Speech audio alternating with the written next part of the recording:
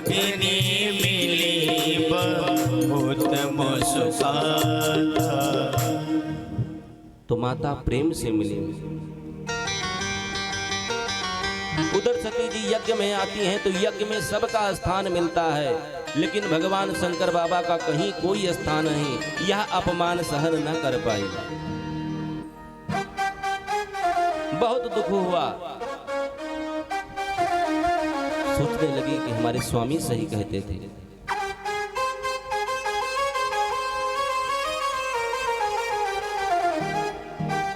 और दक्ष ने सबको आदेश दिया कि कोई सती से बोलेगा नहीं। यह अपमान सहन न सकी। सती सोचने लगी कि हमारा अपमान तो सही, लेकिन हमारे स्वामी का अपमान हुआ, इसलिए अब यह हम शरीर त्याग देंगे। जिस यज्ञ में भगवान शंकर का स्थान ना हो, उस यज्ञ में मैं कैसे सम्मिलित होंगी। सती जी तुरंत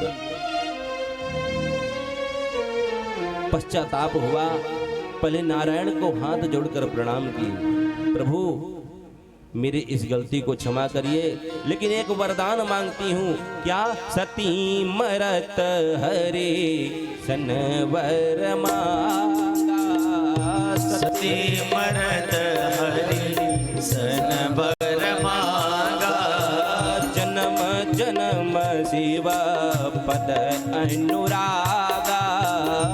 जन्म जन्म शिव पद अनुरागा। एक वरदान मांगा कि प्रभु गलती तो हमसे हुई है, भगवान शंकर के मना करने के बाद आई हूँ, लेकिन यह देह मैं परित्याग कर रही हूँ। इस बार जब मैं हूँ हमारा दोबारा जन्म हो तो भगवान शंकर के श्री चरणों में हमारी प्रीत निरंतर बनी रहे, ऐसी कृपा करना। यह वरदान हरि से मांग रहे। तुरंत ध्यानस्थ हुई और यज्ञ में अपने शरीर को परित्याग कर दिया। सारे नंदीश्वर जो गणादि आए थे सब यज्ञ विध्वंस करने के लिए तैयार हो गए। सब आपस में झगड़ रहे थे। यज्ञ को संभालने वाले भृगु जी थे। सबके साथ युद्ध हुआ, सभी गण मारे गए। और नारद जी पहुंचकर उधर शंकर बाबा को पूरी बात विस्तार से बता दिए। भगवान शंकर को क्रोध आया, जटा उखाड़ा। जटा से वीरभद्र नाम के पुरुष का प्रागट्य हुआ। उनको आदेश दिया, जाओ वीरभद्र दक्ष का यज्ञ विध्वंस कर दो। दक्ष वीरभद्र जाते हैं और दक्ष का यज्ञ विध्वंस करते हैं। दक्ष प्रजापति का सर कट जाता है।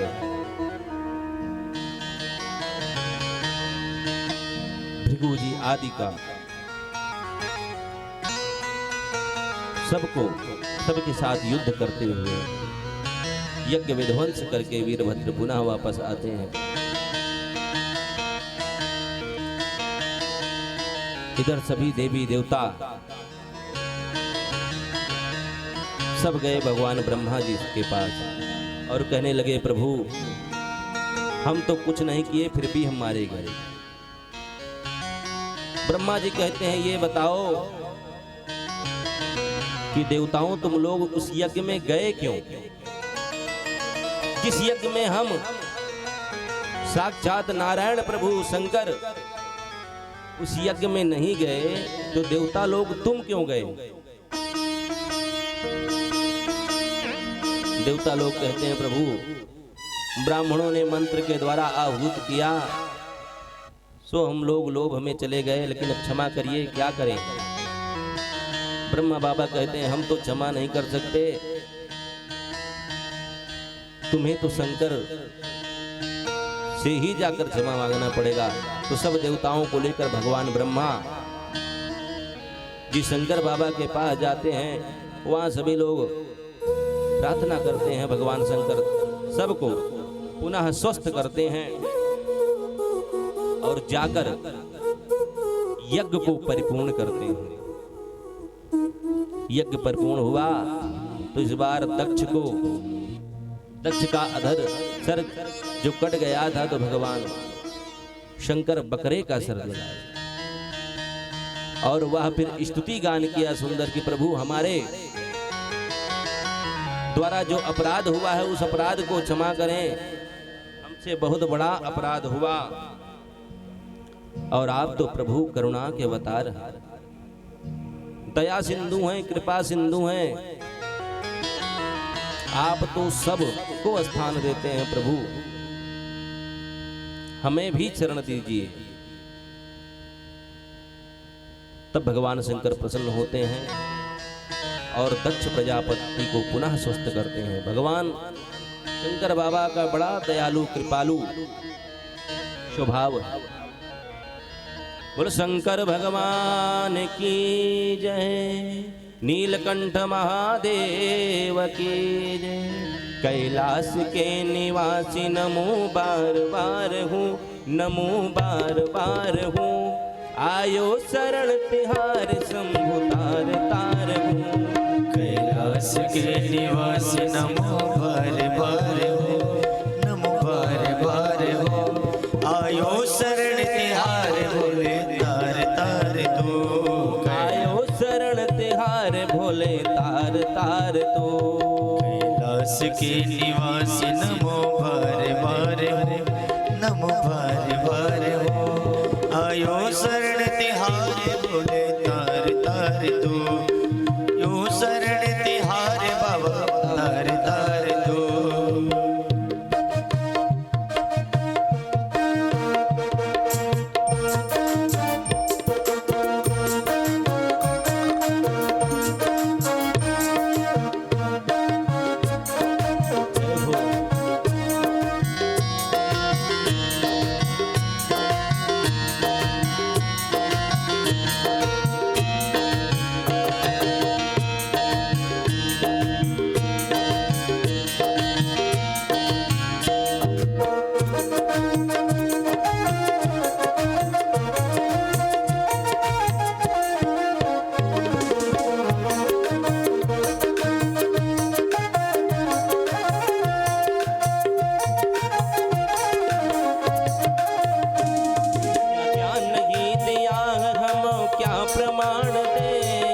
क्या नहीं दिया हम क्या प्रमाण दे। बस गए त्रिलोक शंभु तेरे दान दान से, बस गए त्रिलोक शंभो तेरे दान से।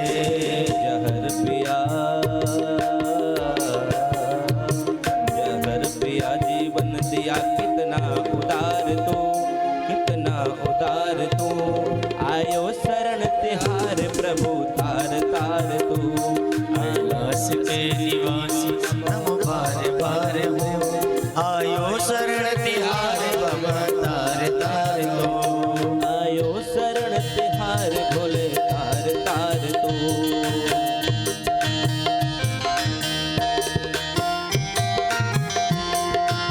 दक्ष प्रजापति निवेदन करता है भगवान भोलेनाथ के चरणों में, प्रभु चरण स्वीकार करिए।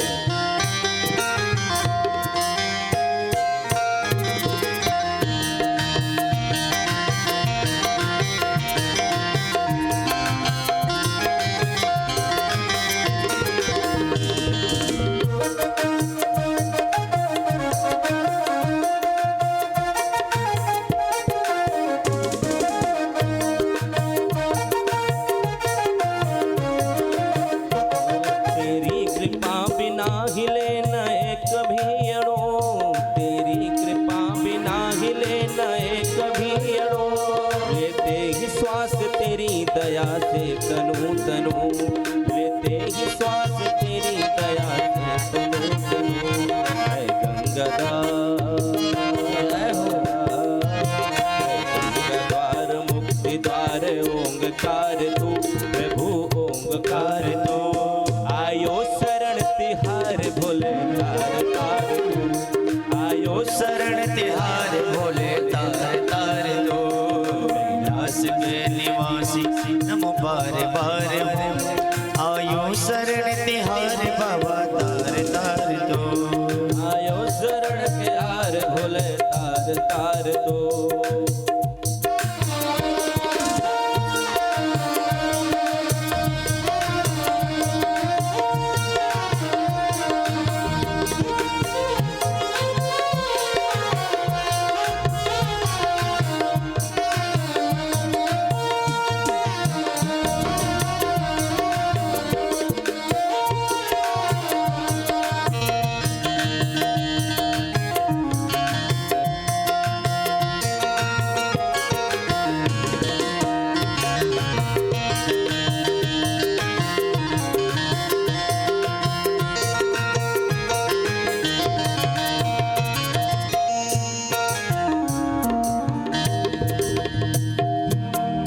शंकर भगवान की दक्ष प्रजापति स्तुति करता है। कुंडलीकृत कुंडलेश्वर कुंडलम वृषवाहनम नारदाद मुनीश्वर स्तुति वैभवम भुवनेश्वरम अंधकांतकमाश्रितामर पादपम समनांतकम चंद्रशेखर माश्रये मम किं करे सते वै यमः कर्पूर गौरम करुणावतारं संसार सारं भुजगेन्द्रहारं सदा वसन्तं हृदयारविन्दे भवं भवानी सहितं नमामि। सुंदर दक्ष स्तुतिगान भगवान शंकर की करता है। माता सती का पावन चरित्र मैत्रेय मुनि विदुर जी को श्रवण कराए। अब मैत्रेय जी कहते हैं, विदुर जी मैंने आपको मनु महाराज की तीनों बेटियों के बारे में बताया। अब जो दो बेटा हैं प्रियवत और उत्तानपाद, उनका चरित्र आप श्रवण करिए। महाराज उत्तानपाद की दो रानियां थी, उनका नाम सुनीति और सुरुचि था।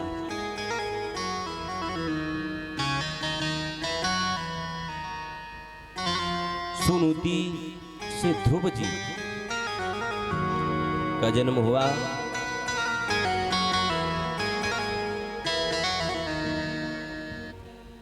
एक बार ध्रुव जी महाराज अपने पिताश्री के पास आए, उत्तानपाद के पास, तुरंत अंक से लगा लिया।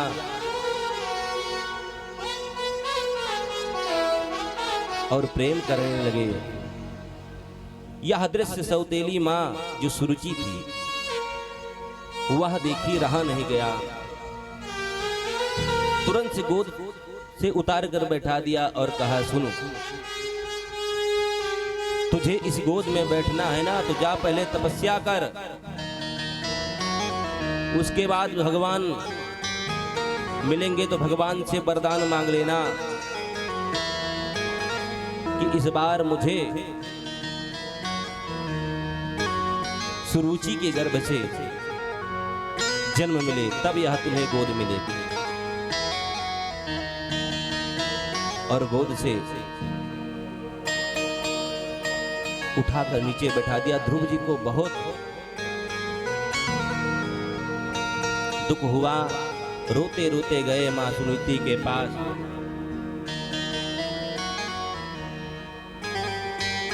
सुनीति के पास जाकर कहते हैं, मां आज मुझे सुरुचि मां की बातों से इतना पीड़ा हुआ है, मैं क्या करूं, कहां जाऊं। तब सुनीति मां समझाती हैं कि बेटा,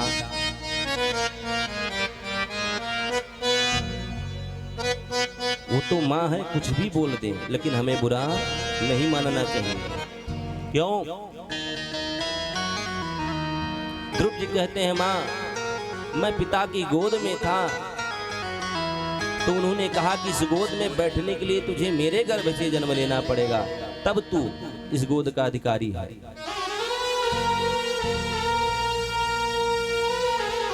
तब मां सुनीति कहती है, बेटा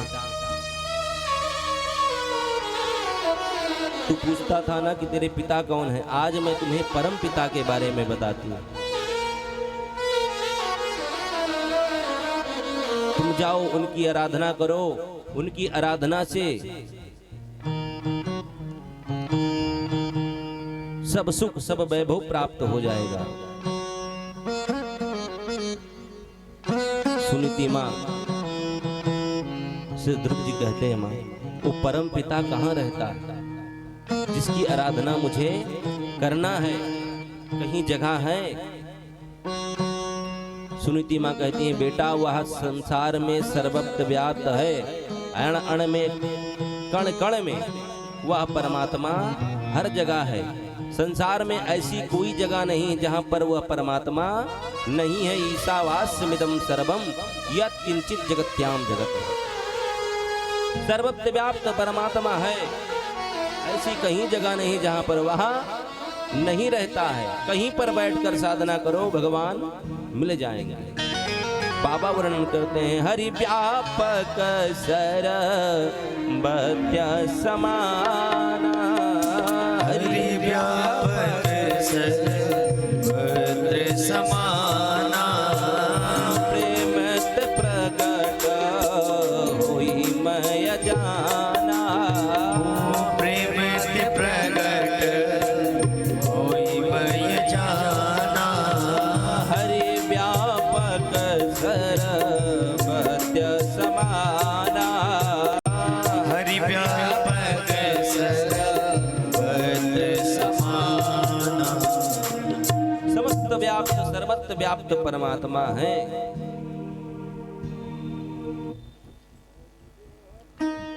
ध्रुव जी को बात समझ में आई और वह परमात्मा की खोज में निकल पड़े। जाते जाते वन में नारद जी मिल गए। नारद जी देखे कि 5 वर्ष का बालक वन की तरफ जा रहा है, चलो कारण पूछते हैं। नारद जी कहते हैं, कहो, बोला किस हेतु से वन की ओर जा रहे हो? तब वह कहते हैं कि हमें परमात्मा की खोज में हम घर से बाहर निकले।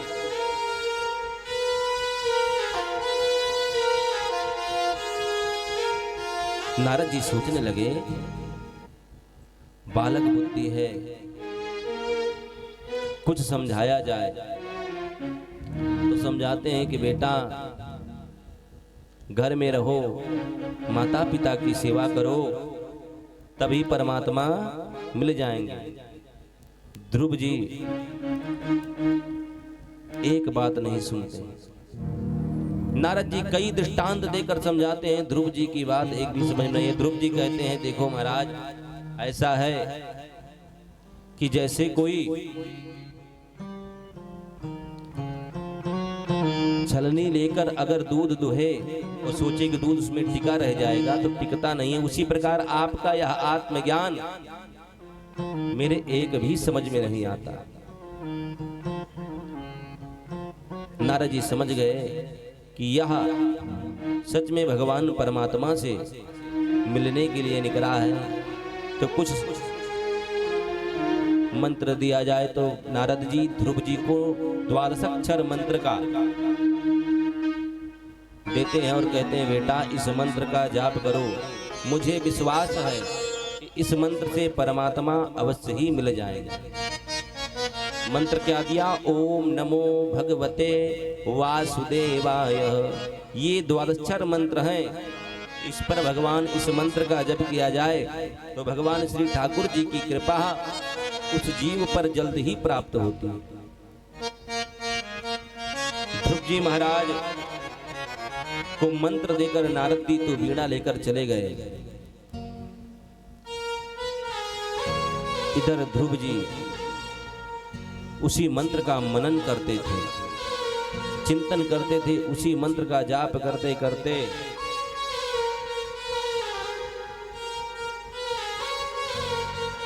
5 महीने तक खूब उस मंत्र का जप किए, साधना किए, व्रत किए, इतना तटस्थ व्रत किए कि प्राणायाम चढ़ाया तो समस्त देवता घबरा गए। भगवान नारायण के पास जाते हैं, प्रभु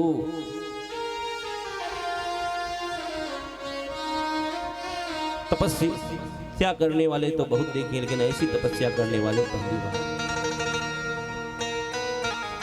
भगवान नारायण कहते हैं, चिंता न करो, हमारा भक्त है, वह हमें पाने के लिए तपस्या कर रहा है। भगवान नारायण गरुड़ पर आरूढ़ होकर तुरंत जाते हैं ध्रुव जी के पास, और ध्रुव जी आंख बंद करके अज्ञा चक्र में भगवान नारायण की ही छवि को निहार रहे थे। उस समय जब भगवान सामने प्रकट हुए तो ध्रुव जी को वहां से हृदय से छवि अपनी निकाली। जब ध्रुव जी आंख खोले तो सामने साक्षात भगवान नारायण को देखा। प्रसन्न हो गए कि आज मेरा व्रत सफल हो गया, मेरे पूजा सफल हो गया। लेकिन सोचते कैसे स्तुति गान करूं, ज्ञान तो हमारे पास है नहीं। तब तक भगवान शंख से कपोल को स्पर्श किया तो सारे वेद वेदांत गीता शास्त्र सब ध्रुव जी को संकल्प मात्र से दे दिया। तो आज ध्रुव जी नारद जी द्वादशाक्षर मंत्र जो दिए थे तो 12 श्लोकों में सुंदर भगवान की स्तुति गान किए। युन्तः प्रवेश ममवा चमिमां प्रसोप्तां संजीवयत्तखिल धरा स्वधाम्ना अन्याच हस्तचरण श्रृणत्वगादीन् प्राणान्नमो भगवते पुरुषाय तुभ्यं प्राणान्नमो भगवते पुरुषाय तुभ्यं। ध्रुव जी महाराज 12 श्लोकों में भगवान चतुर्भुज नारायण का स्तुति गान किए। नारायण प्रसन्न हो गए। प्रसन्न होकर कहते हैं, बेटा ध्रुव तेरी तपस्या से तेरे व्रत से मैं प्रसन्न हो गया, वरदान मांग लो, क्या चाहते हो। ध्रुव जी कहते हैं, प्रभु मुझे कुछ नहीं चाहिए, हम तो आपके लिए तपस्या किए थे प्रभु, आप मिल गए, अब जीवन में कुछ अवशेष रहा नहीं। भगवान कहते हैं, देखो बेटा तुम राज्य की भावना से आए थे और पहले भोगों को भोग करो, उसके बाद हमारे धाम तुम्हें आना है। भगवान आदेश दिए कि जाओ, जिस राज्य के लिए तुम तपस्या किए थे उस राज्य पर 36,000 वर्ष अपने पिता की गद्दी पर बैठो, उसके बाद 36,000 वर्ष जब पूरा हो जाएगा तो मेरा धाम तुम्हें प्राप्त होगा। यह कहकर भगवान अंतर ध्यान हो गए और ध्रुव जी के लिए सुंदर रथ आया। रथ पर आरूढ़ हुए ध्रुव जी घर की ओर गए तो आज घर में जो माँ सुरुचि अपमान की थी वही माँ सुरुचि आरती की थाल लेकर सजाई है। सब ग्राम नगरवासी ध्रुव जी के दर्शन के लिए आज लालायित हैं, क्योंकि भगवान की यदि कृपा हो जाए तो सब अपने अनुकूल हो जाते हैं। सारे ग्रह नक्षत्र योग करण काल जीव सब अपने अधीन हो जाते हैं। बाबा वर्णन करते हैं, जा पर कृपा राम की होई, जा पर कृपा राम कई होई, ता पर कृपा करई सब कोई, ता पर कृपा करई सब कोई, जा पर कृपा राम की होई, जा पर कृपा राम कय होई, ता पर कृपा करई सब कोई।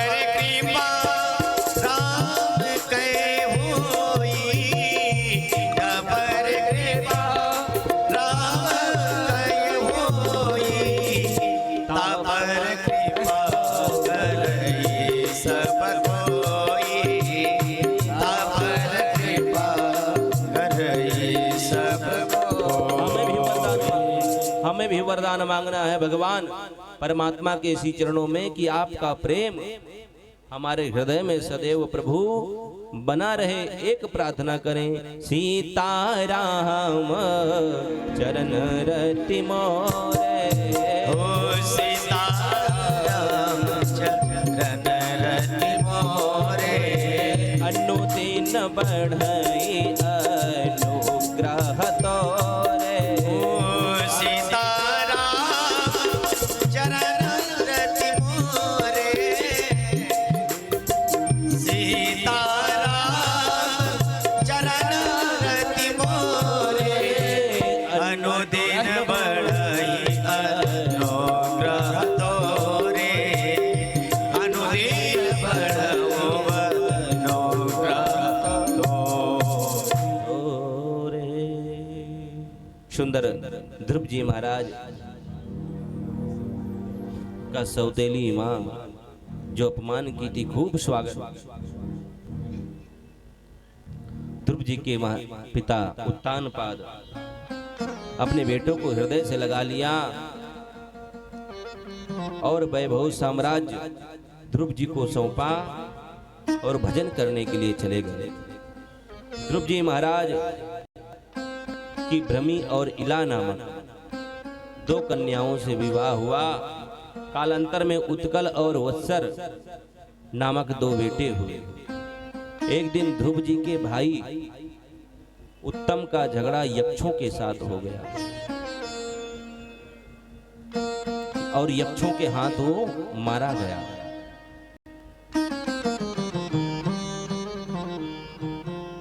और उत्तम को ढूंढने सुरुचि मां जंगल में जाती है।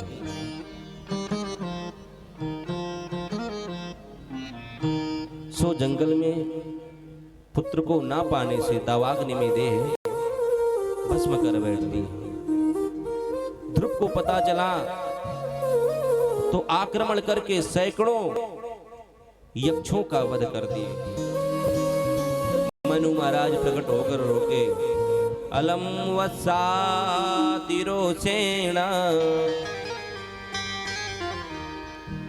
तुरंत मनु महाराज समझाते हैं, बेटा ध्रुव तुम भक्ति मार्ग के साधक हो, तुम्हें इस प्रकार यक्षों का वध नहीं करना चाहिए।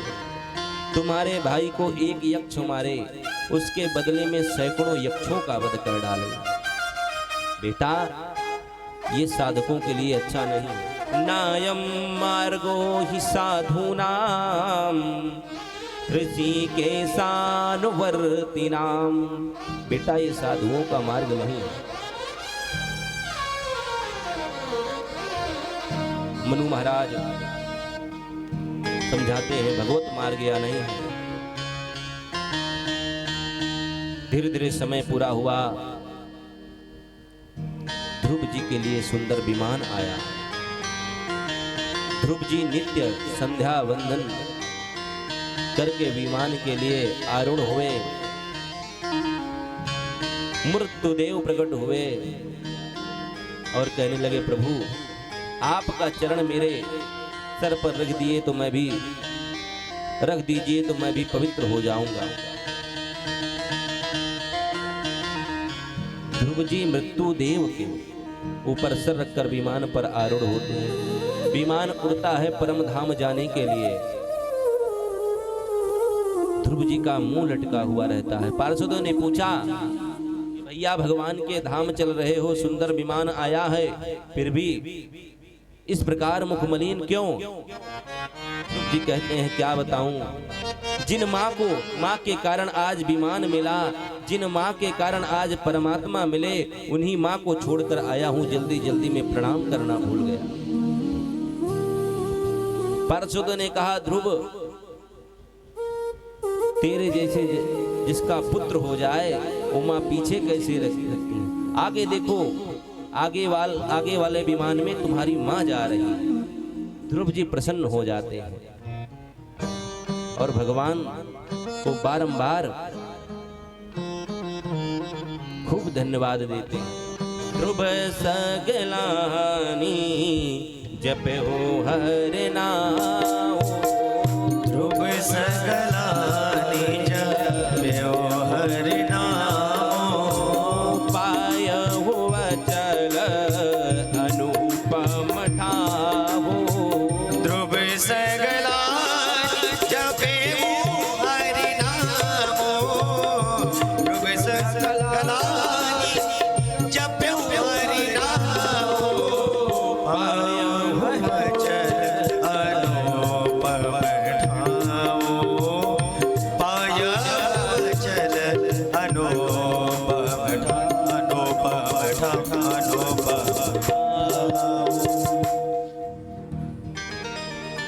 ध्रुव जी प्रसन्न हो जाते हैं, माँ का अभिमान देखकर प्रसन्न हो गए। धन्य है वह प्रभु की भक्ति जो सब कुछ प्रदान कर देती है। आगे इन्हीं ध्रुव जी महाराज के वंश में आगे चलकर धर्मात्मा राजा अंग हुए। अंग बड़े ही धर्मात्मा राजा थे, परंतु इनका विवाह मृत्यु पुत्री सुनीता के साथ हो गया। फलस्वरूप इनके यहाँ बेटा हुआ बेन, जो निकल पड़ा महान नास्तिक।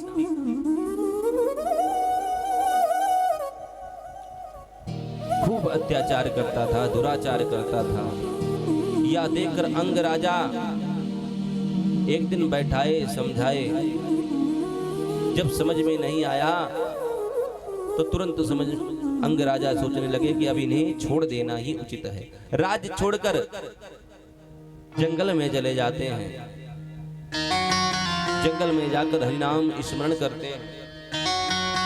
इधर बेन राज का सत्ता पाकर जैसे ही राज गद्दी पर बैठा, वैसे सभी ऋषि मुनियों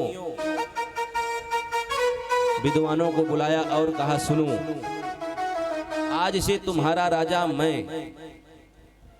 अब जो मैं कहूंगा वह होगा। करना क्या है? न यष्टव्यम न दातव्यम न होतव्यम दुजा क्वचित इति न्यायदि धर्मम भेरि घोषेण सर्वसा। करना क्या है? आज के बाद यज्ञ करना है तो मेरे नाम से करो, जप करना है तो मेरे नाम से करो।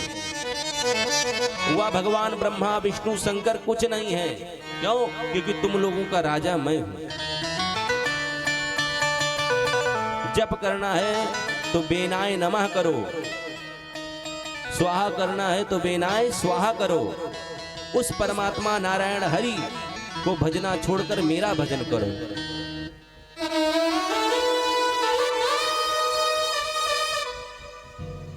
सब संत ऋषि मुनियों ने कई दृष्टांत देकर समझाया, बेटा ये उचित नहीं है। तुम्हारे पिता इतने धर्मात्मा थे, बड़े बड़े यज्ञ करवाते थे, और तुम राजगद्दी पाते ही बोलते हो कि नारायण को छोड़ दो। तब वह कहता है, सुनो, निपते सर्वदेव मयो निपाह। जो राजा होता है उसके अंदर समस्त देवी देवताओं का वास होता है, इसलिए भजन मेरा करो। ऋषियों को क्रोध आया। जब समझाने पर बेन नहीं समझा तो क्रोध आया और जोर से हुंकार ध्वनि, उनके क्रोध से ही वह बेन भस्म हो गया।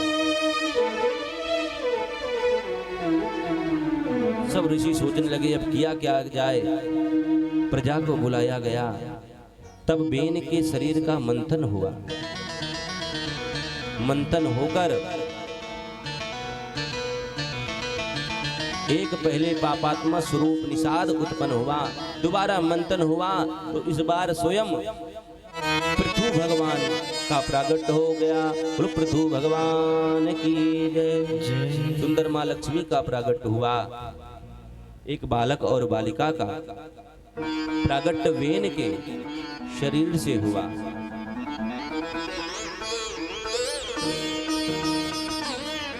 तब तक प्रजा की व्यवस्था बिगड़ गई थी।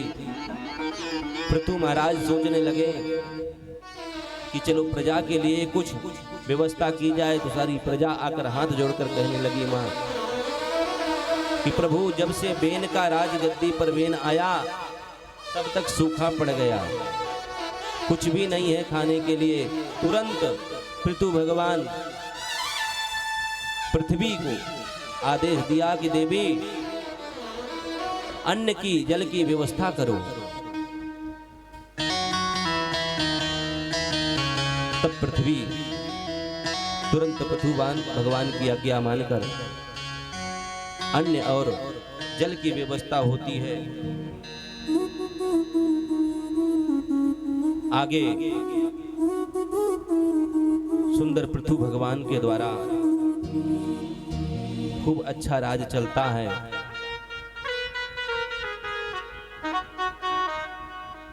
एक दिन सनकादि ऋषि आते हैं, पृथु भगवान खूब स्वागत करते हैं और स्वागत करने के बाद कहते हैं, प्रभु हम आपकी क्या सेवा करें। तो भगवान सनकादि ऋषि कहते हैं पृथु भगवान से कि आप सेवा क्या कर सकते हैं, क्या दे सकते हैं। तो पृथु भगवान कहते हैं, जो चतुर साम्राज्य मेरा राज्य है प्रभु, मैं यह राज आपको समर्पित करता हूं, सब आपका है। तब सनकादि ऋषि कहते हैं, आप दे दिए हम ले लिए, अब इस राज को आपको ही चलाना है।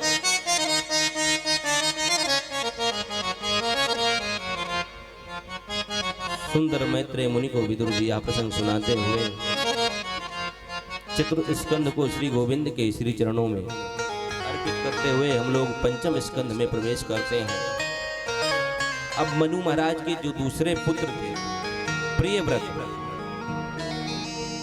प्रियव्रत की कथा प्रारंभ करते समय सुखदेव जी कहते हैं, परीक्षित महाराज प्रियव्रत बड़े ही प्रतापी राजा थे, इतने तेजस्वी थे कि एक बार बैठे बैठे सोचे कि ये रात्रि क्यों होती है। इस रात्रि के समय में लोग अंधेरे में आकर सोकर समय बर्बाद कर देते हैं, इसलिए रात्रि होने नहीं दूंगा। तब एक दिव्य रथ तैयार किए, ज्योतिर्मय रथेन ज्योतिर्मयन रजनी अपदिनम करे श्यामी।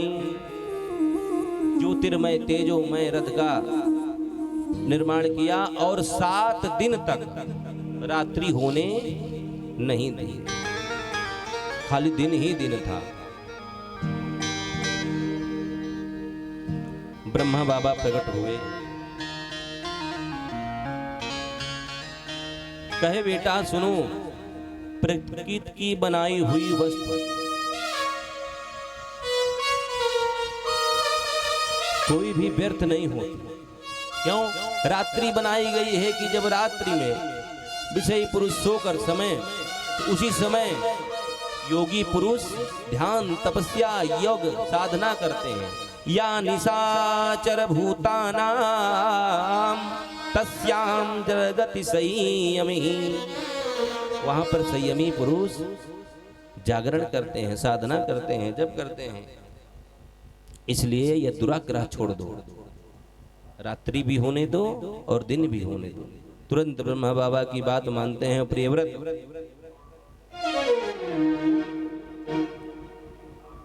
और फलस्वरूप महाराज प्रियव्रत के द्वारा सप्तद्वीप के 7 सागरों की संरचना हुई। प्रियव्रत को वैराग्य हुआ तो अपने एक एक पुत्र को एक एक द्वीप देकर चले गए। सबसे पहला द्वीप है जम्मू द्वीप, जिसके अधिपति बने महाराज अग्नीद।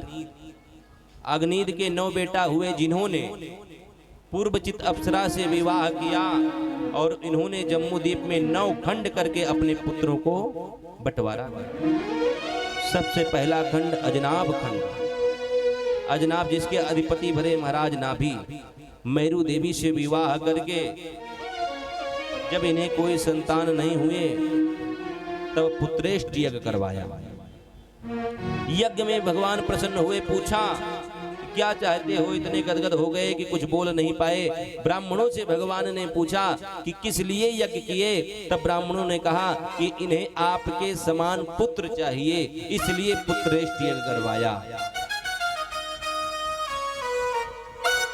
भगवान कहते हैं हमारे समान पुत्र चाहिए तो हमें ही बनकर आना पड़ेगा, क्योंकि ब्राह्मणों का वचन है। तो स्वयं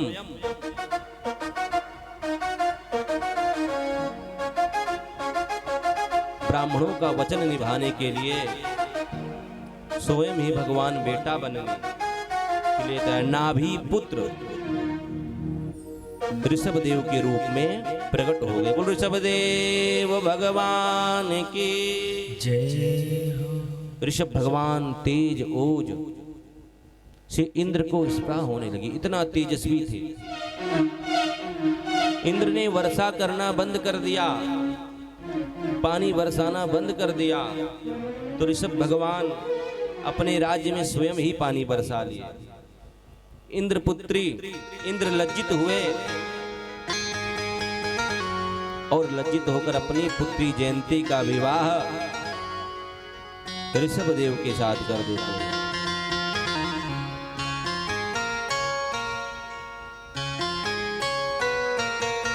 ऋषभदेव के आगे कालांतर में 100 पुत्र हुए। ऋषभदेव एक दिन 100 पुत्रों को बुलाया, कहा बेटा संसार में 2 आनंद हैं। क्या क्या? एक विषयानंद और दूसरा ब्रह्मानंद।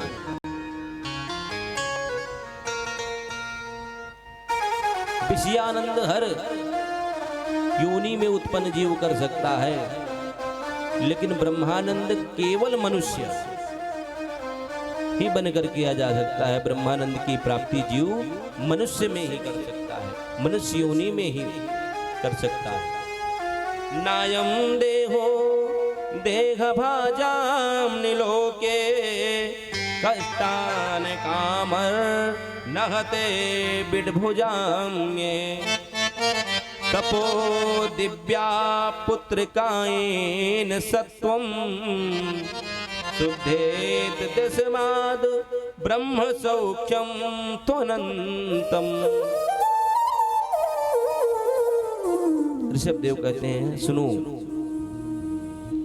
विषयों तक जिनकी बुद्धि है वह तो पशु है, लेकिन ब्रह्मानंद की अनुभूति प्राप्त करे, मोक्ष मार्ग यदि प्रशस्त करना है तो बिना ब्रह्म से जुड़े हमें मोक्ष नहीं हो सकता है। समझाते हैं कि देखो पुत्रों, यदि तुम्हारा कोई कितना भी बड़ा मित्र हो, यदि वो भगवान से विरोध करा रहा है तो उसे तत्क्षण छोड़ दो।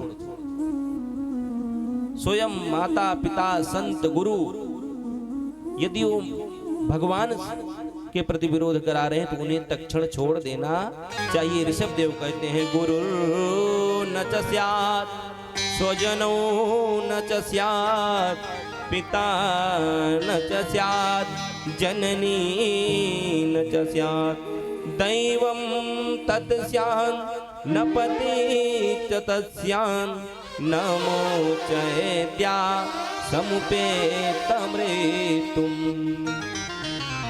कोई कितना भी हो, माता हो पिता हो गुरु हो, यदि परमात्मा से विरोध करा रहा है तो हमें तत्क्षण उसे छोड़ देना चाहिए। ऋषभ भगवान कहते हैं तुरंत ऋषभ भगवान योग तपस्या में लग जाते हैं।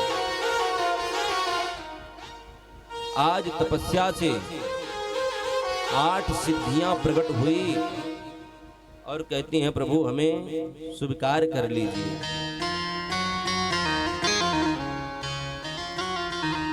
ऋषभदेव कहते हैं हमें सिद्धियां नहीं चाहिए।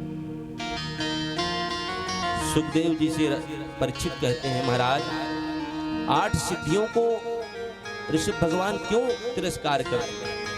ताकि यहाँ लोग तो भूत प्रेत डाकनी जागनी की सिद्धि करने में जुटे, लेकिन जो अणिमाद जैसी सिद्धियां हैं ऐसी सिद्धियां को क्यों तिरस्कार किया? सुखदेव जी कहते हैं राजन सुनो, जब सिद्धियां आती हैं तो मन में जय जयकार की भावना आती है। और जब मन में जय जयकार की भावना आती है तब जीव के अंदर अभिमान आ जाता है। और जब अभिमान आया तो भगवान से वो फिर जुड़े नहीं रह सकता। इसलिए ऋषभदेव अणिमादि 8 सिद्धियों को तिरस्कार करके कहते हैं हमें सिर्फ प्रभु का भजन करना है, हमें सिद्धियों के चक्कर में नहीं पड़ना। इधर ऋषभ नंदन भरत सम्राट बने, इनके 5 पुत्र हुए। बड़े पुत्र सुमति को सत्ता का भार सौंपकर भरत जी पुला मुक्ति ने नेपाल में रहने चले गए। पर एक दिन गंडकी नदी में स्नान करने के बाद सूर्य को अर्घ्य दे रहे थे, उसी समय गर्भवती मृग पानी पीने आई तो सिंह की गर्जना सुनकर जोर से छलांग लगाई तो मृगी मर गई और मृग का जो बच्चा था वह भरत जी तुरंत जल में कूदे और वह मृग को बचा कर ले आए।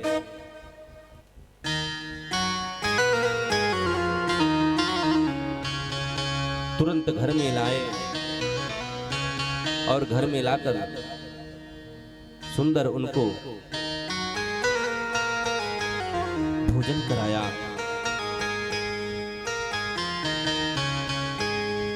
और एक दिन वह मृगों की झुंड में चली जाती। भरत जी खूब ढूंढे नहीं, उसके प्रेम में इतने पागल हो गए भरत जी कि वह सोचते सोचते अपने प्राण त्याग दिए। चंद्र से पूछते, सूर्य से पूछते कि मृग कहाँ गया। जब कोई नहीं बता पाया तो भरत जी शरीर को छोड़ दिए। ओवंते मति सागति, वेद पुराण वेद वेदांत कहते हैं कि अंत समय में आपकी जो मति रहेगी वही योनि आपको प्राप्त हो जाना है। तो मृग के बारे में सोचते सोचते भरत जी प्राण त्यागे, इसलिए अब की बार वह मृग ही बने। परंतु कोई भी शुभ कर्म कभी व्यर्थ नहीं जाता। तप का फल था कि मृगयोनि में भी उन्हें पूर्व स्मृति बनी थी। उसने शनि प्रारब्ध को भोग कर समझकर अंत में प्राण त्यागा। कालांतर में तीसरा जन्म अंगिरा नामक ब्राह्मण के परिवार में हुआ। 9 भाई थे, वेद पाठी विद्वान सब निकले। पिताजी इन्हें पढ़ाकर परेशान हो गए जड़ भरत जी को, लेकिन इन्हें वेद का एक भी मंत्र नहीं आया। समझ गए लगता है बुद्धि से थोड़े वो मोटे हैं।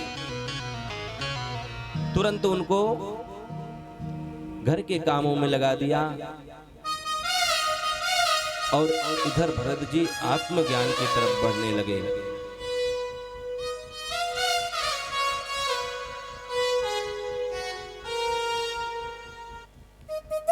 एक दिन डकैतों के सरदार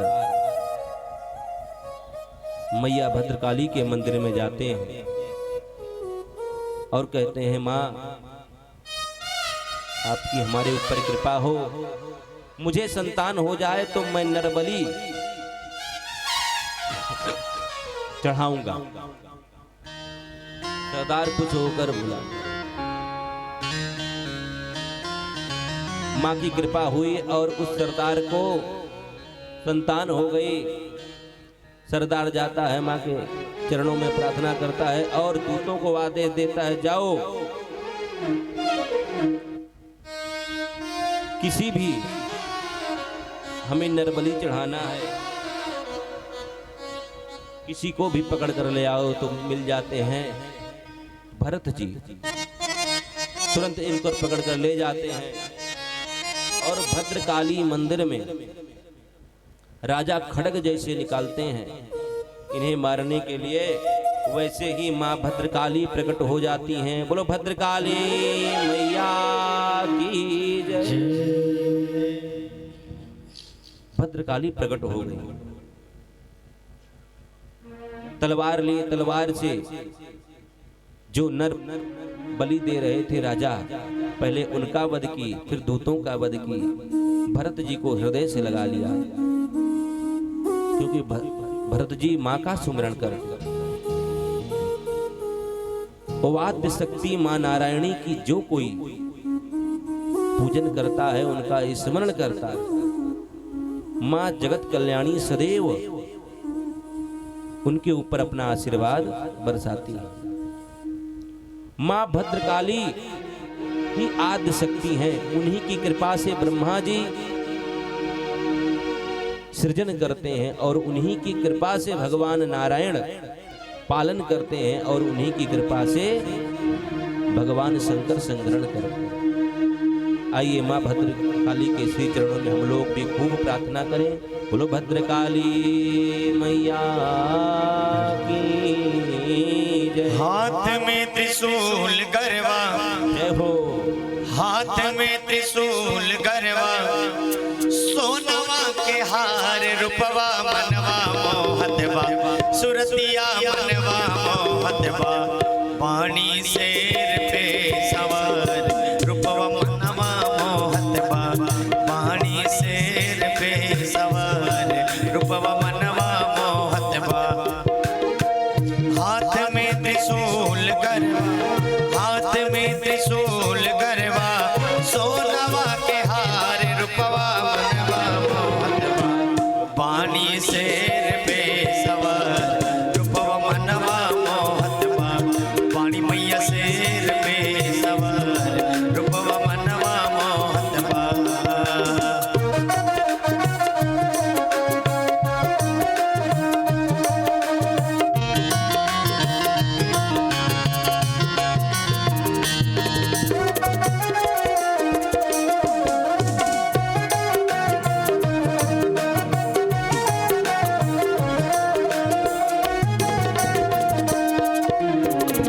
एक हाथ चढ़ तुझे सोहे तलवरिया, एक हाथ चढ़ तुझे सोहे तलवरिया, एक हाथ चढ़ तुझे सोहे तलवरिया, भगतन के गूंजत बाटे भारी जय हरिया, भगतन के गूंजत बाटे भारी जय हरिया।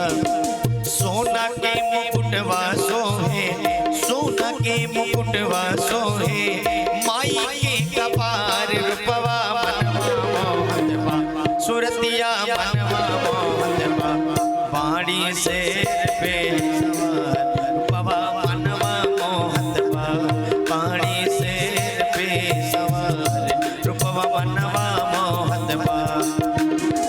हाथ में त्रिशूल गरवा, हाथ में त्रिशूल गरवा, सोनवा के हार रूपवा मनवा मोहतवा, पानी शेर पे सवार रूपवा मनवा मोहतवा, पानी मैया शेर पे सवार रूपवा मनवा मोहतवा।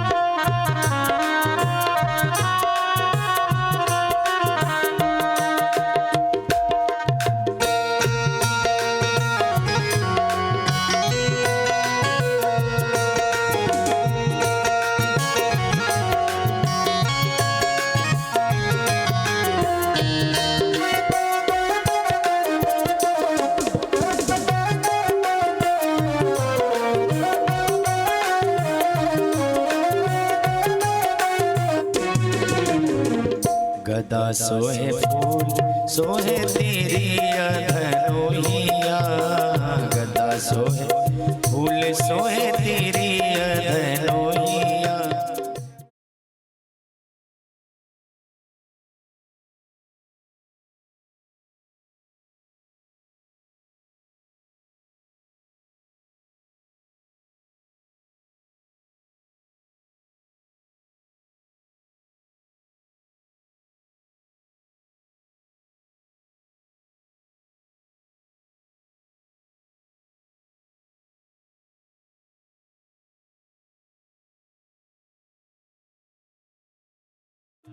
पानी मैया शेर पे सवार रूपवा मनवा मोहतवा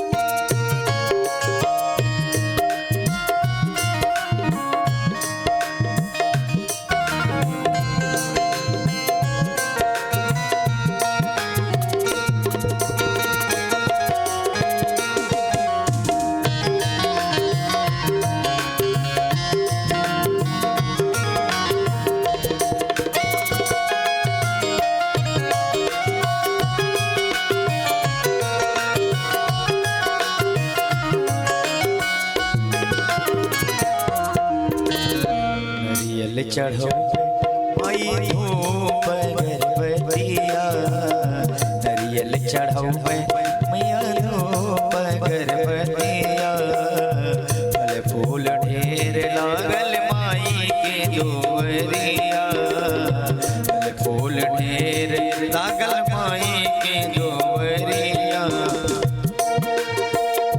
मनवा में दुल के मोहे मनवा में दुल के मोहे सिंगार रूपवा मनवा मोहतवा सुरतिया मनवा मोहतवा पानी शेर पे सवार रूपवा मनवा मोहतवा पानी शेर पे सवार रूपवा मनवा मोहतवा हाथ में त्रिशूल गरबा हाथ में त्रिशूल गरबा सोनवा के हार रूपवा मनवा मोहतवा सुरतिया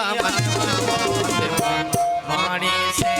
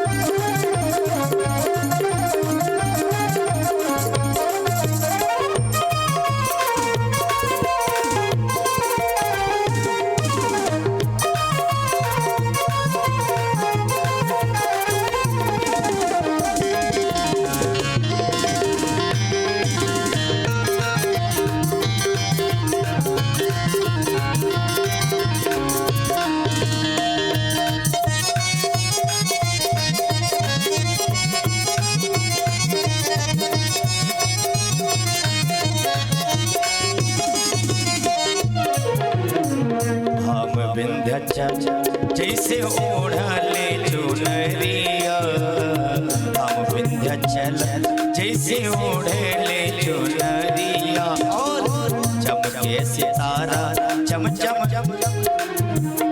चमके सितारा चम चम हटे ना नजरिया चमके सितारा चम चम हटे ना नजरिया मन कर आई रोज मन कर आई रोजे मन कर आई रोजे माई के द्वार रूपवा मनवा मोहतवा सुरतिया मनवा मोहतवा। बोली विंध्यवासिनी मैया की। अब आप सभी लोग साथ में गाइएगा। वो पानी शेर पे सवार रूपवा मनवा मोहतवा पानी शेर पे सवार रूपवा मनवा मोहतवा हाथ में त्रिशूल करवा हाथ में त्रिशूल करवा सोनवा के हार रूपवा मनवा मोहतवा सुरतिया मनवा मोहतवा पानी मैया शेर पे सवार रूपवा मनवा मोहतवा पानी शेर पे सवार रूपवा मनवा मोहतवा। हाथ में त्रिशूल गरबा, हाथ में त्रिशूल गरबा, सोनवा के हार रूपवा मनवा मोहतवा, सुरतिया मनवा मोहतवा, पानी शेर पे पानी शेर पे रूपवा मनवा मोहतवा, पानी में शेर पे रूपवा मनवा मोहतवा, पानी में शेर पे रूपवा मनवा मोहतवा, पानी में शेर पे रूपवा मनवा मोहतवा, रूपवा मनवा मोहतवा, रूपवा मनवा मोहतवा।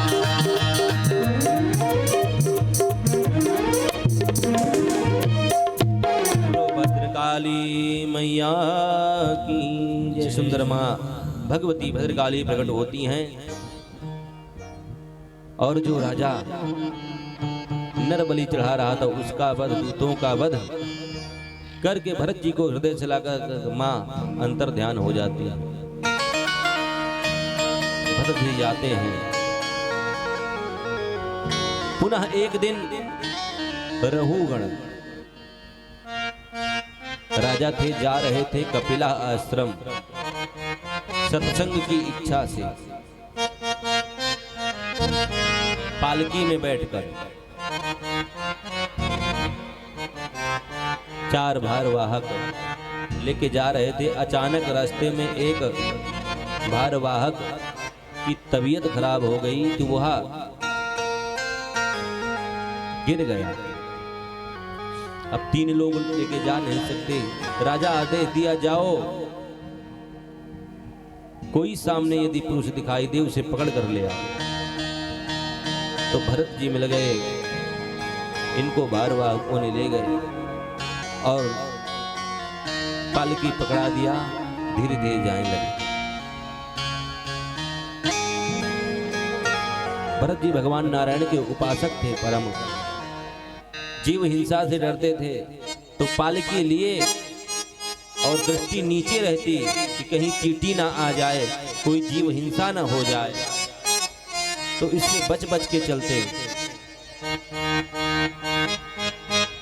रास्ते में एक चींटी आ गई, भरत जी थोड़ा उछल गए। तब राहुगण को क्रोध आया कि तुम इसलिए पालकी में सही से नहीं चल रहे हो कि तुम्हें राजा या कह दे कि जाओ अभी तुम्हें दंड दूंगा।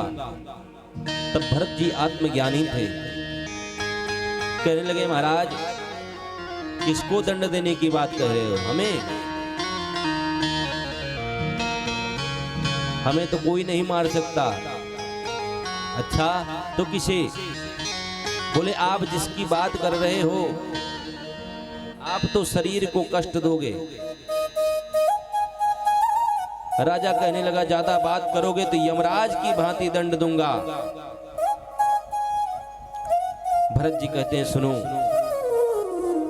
हम जानते हैं कि आप हमारे शरीर को कष्ट पहुंचा सकते हैं, लेकिन हमारे आत्मा को आप कुछ नहीं कर सकते। देह को कष्ट पहुंचेगा, लेकिन देह में जो देही है उसे कष्ट पहुंचने वाला नहीं है। क्योंकि हमने पढ़ा है, जाना है, नैनम छिन्दन्ति शास्त्राणि नैनम दहति पावकः। यह आत्मा को ना अग्नि जला सकती है, न वायु सुखा सकती है। और हमें ज्यादा करके राजा मार भी दोगे तो हम जानते हैं क्या, वंशास्य जीर्णा नियथा विहाय नावानि गृह्णानि नरोपराणि। हम जानते हैं कि हमें मार भी दोगे तो जिस प्रकार व्यक्ति पुराने वस्त्रों को त्याग करके दूसरा नवीन वस्त्र धारण करता है, उसी प्रकार यह आत्मा पुरानी शरीर को त्याग करके दूसरी नई शरीर धारण करती है। इसलिए हमें ज्यादा कष्ट नहीं है, मारना चाहो तो मार दो। रहुगण समझ गया कि ये कोई साधारण व्यक्ति नहीं हो सकता। तुरंत जब देखे दृष्टि से तो जनेऊ पहने थे भरत जी, शिखा थी, तिलक लगाए हुए थे, पालकी से उतरे, चरणों में गिर गए। प्रभु हम जा रहे थे कपिला आश्रम सत्संग के लिए, लेकिन मैं जान गया कि आप कोई साधारण व्यक्ति नहीं है। हम यह समझ गए, हम तो शास्त्रों की बात जानने जा रहे थे, सत्संग करने जा रहे थे। चरणों में बैठे भरत जी समझाने लगे, सुनो सत्संग क्या है? बोले सत्संग ऐसा करो जो उठ सत का संग करा दे, जो एक सत परमात्मा है। राहुगण को बताते हैं, सुनो सदैव संतों की सेवा करो, शास्त्रों की बात मानो, जप तप साधना करो। क्यों? क्योंकि अगर मनमाना आचरण करोगे, क्योंकि तुम राजा हो, तुम ऐसा सोचो कि मैं राजा हूं, मैं शास्त्रों की बात नहीं मानता, नहीं मानूंगा, तो एक बात समझ लो, क्या यह शास्त्र विधि मुत्सृज्य वर्तते काम कारतः। राजा जो शास्त्र विधि को त्याग करके काम करता है, उसका फल क्या है? तो न सिद्धि न मवापनोति न सुखम न पराम गति। सुनो राजा, जो शास्त्र का परित्याग करके कार्य करता है, उसे न सिद्धि मिलती है न सुख मिलता है, और इहलोक में तो कुछ मिलता ही नहीं। उस लोक में जाता है तो वहां भी उसे कुछ प्राप्त नहीं होता है। इसलिए राजा, यदि आत्म कल्याण चाहते हो तो शास्त्रों का अनुमोदन करो। शास्त्रों में जो बात ऋषि मुनियों के द्वारा जो कही जाए, उसका सदैव पालन करना। तस्मा शास्त्र प्रमाणम ते कार्या कार्यो व्यवस्थित हो। इसलिए राजन, यह संसार में जो भी कुछ दिख रहा है, वह सब क्या है? माया है।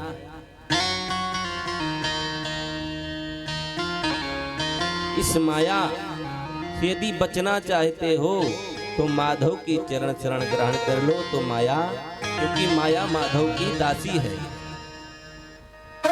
जब तक माधव की चरण शरण ग्रहण नहीं करोगे राजन, तब तक इस माया से पीछा छूटने वाला नहीं है।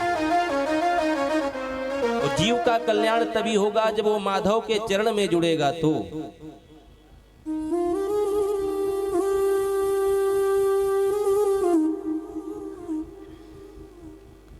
भरत जी कहते हैं, राजन संसार में जितने भी जीवात्मा हैं,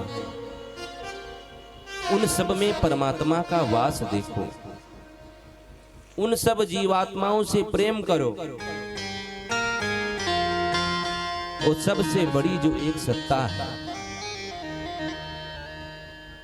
उस सत्ता का ध्यान रखते हुए जीवों पर दया करो, जीवों से प्रेम करो।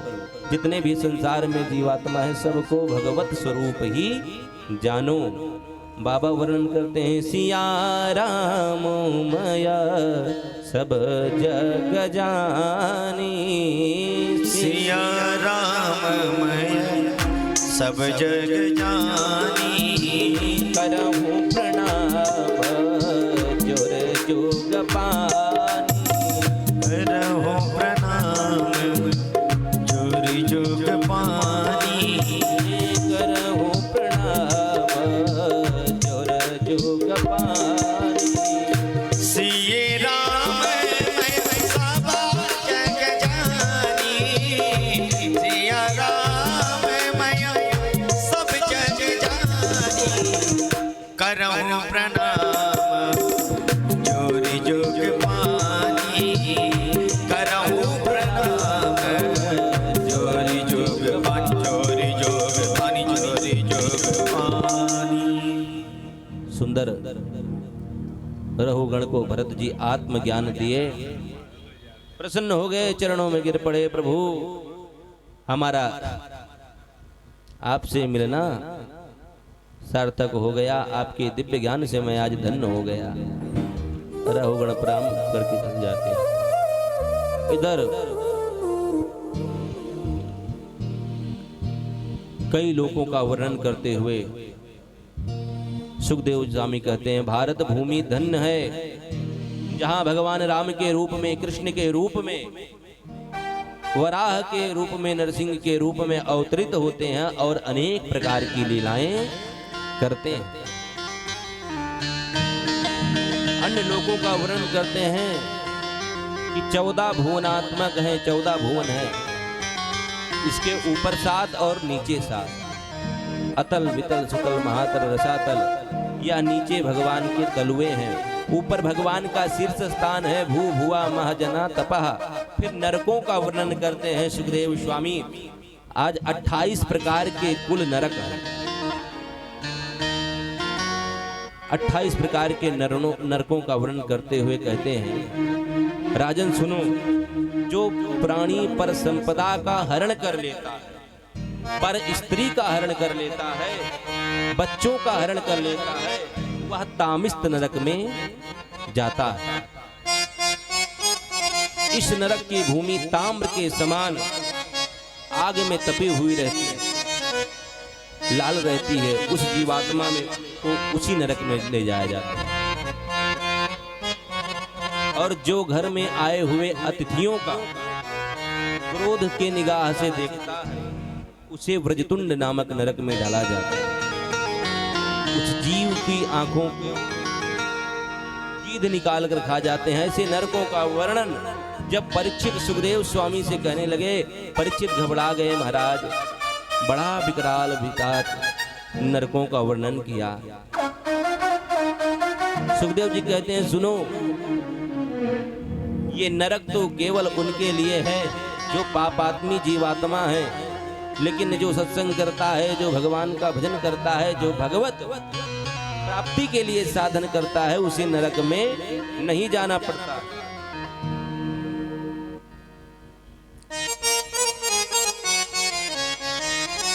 परीक्षित कहते हैं महाराज कोई चमत्कार ऐसा हुआ है कि भगवान का नाम लेकर जीव नरक में न गया हो।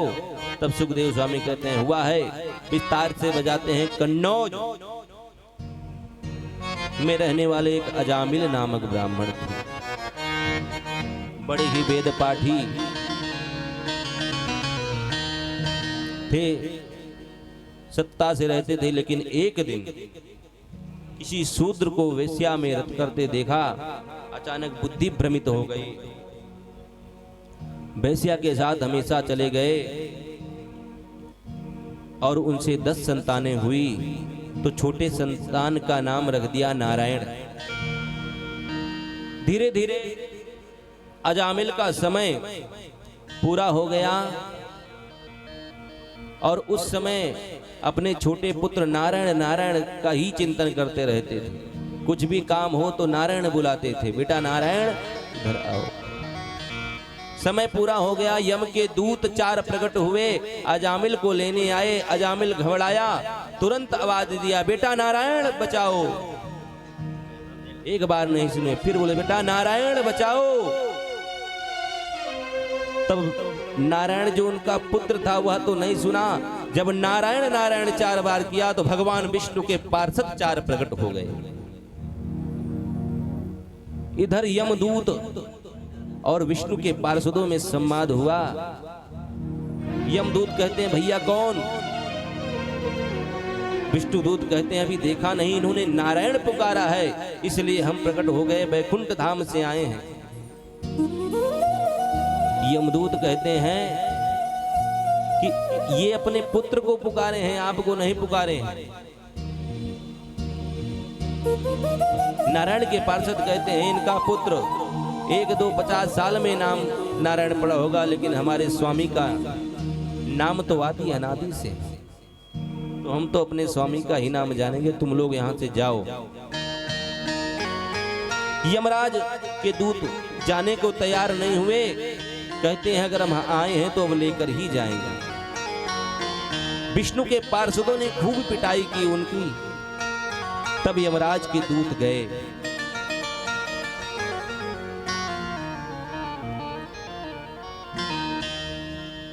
जाकर यमराज से कहते हैं ये बताइए पहले हमें आप भेज देते हो और वहां हमारी हो जाती है, यमराज कहते हैं बताओ कारण क्या था। तब उन्होंने कहा कि सिर्फ कारण यह था कि जिस जीवात्मा को मैं लेने गया था वह जीवात्मा नारायण नारायण पुकार रहा था। तब यमराज कहते हैं यह नारायण नाम धीरे से करो, कारण जो नारायण नाम सुन लेगा तो वह पापात्मा भी जो है पुण्यात्मा बन जाएगा।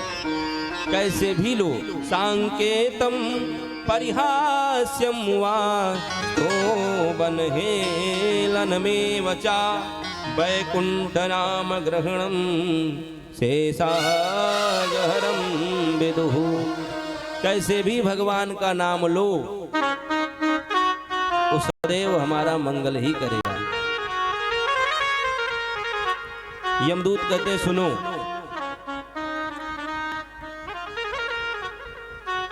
यमदूत यमराज से कहते हैं सुनो महाराज, या तो हमें नाम दे दो कि कैसे कैसे जीवात्मा को पकड़ने हमें जाना है, ले आने जाना है, और नहीं तो हम आज से आपके दूत नहीं रह पाएंगे।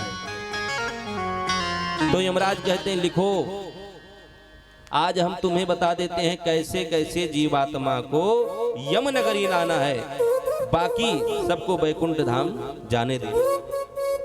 तो यमराज दूतों को लिखवाते हैं सुनो, जिह्वान भक्ति भगवत गुण नाम ध्येयम चेतस न स्मरत चरणारविंदम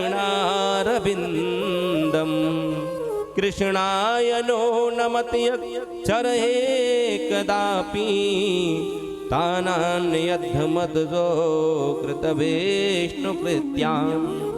सुनो, जिनका सर कभी भगवान के श्री चरणों में झुका नहीं, जो कभी भगवान के मंदिर में हाथ जोड़ा नहीं, जो भगवान का भजन किया नहीं, जो संत ब्राह्मण गौओं का विरोधी हो, ऐसे ही जीवात्मा को मेरे पास लाना, बाकी सबको भगवान के श्री धाम जाने देना। खूब महिमा बताते हुए यम राजदूतों को बताते हैं आइए हम और आप लोग भी भगवान की नाम की महिमा गाते हुए सुंदर प्रसंग में प्रवेश करें। बोल भक्तवत्सल भगवान की जय। हो देवों में देवता, देवों में देवता है, गंगा बहाने वाले। देवों में देवता है, गंगा बहाने वाले। त्रैलोक के हैं स्वामी, त्रैलोक के हैं स्वामी, सृष्टि चलाने वाले। देवों में देवता है, गंगा बहाने वाले।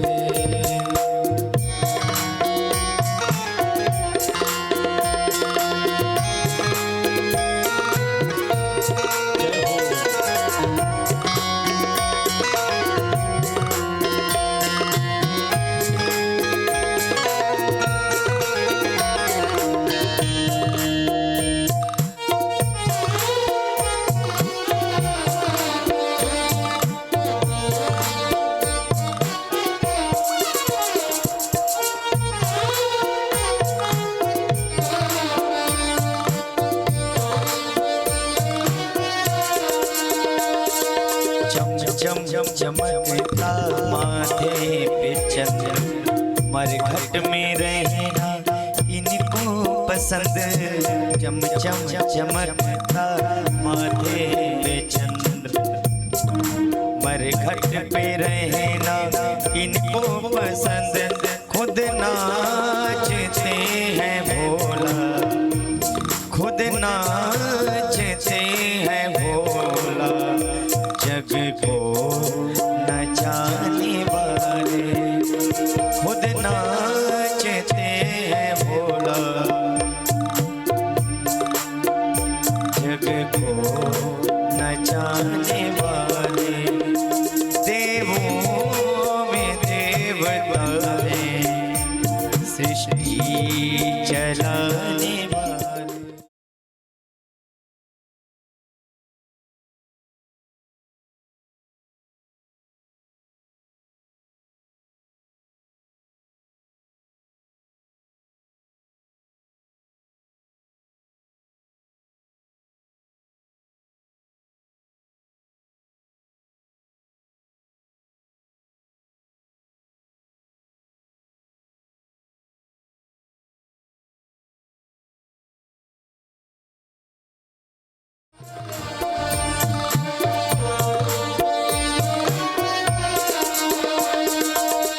गंगा जटाओं से बहती रहे, विषधर गले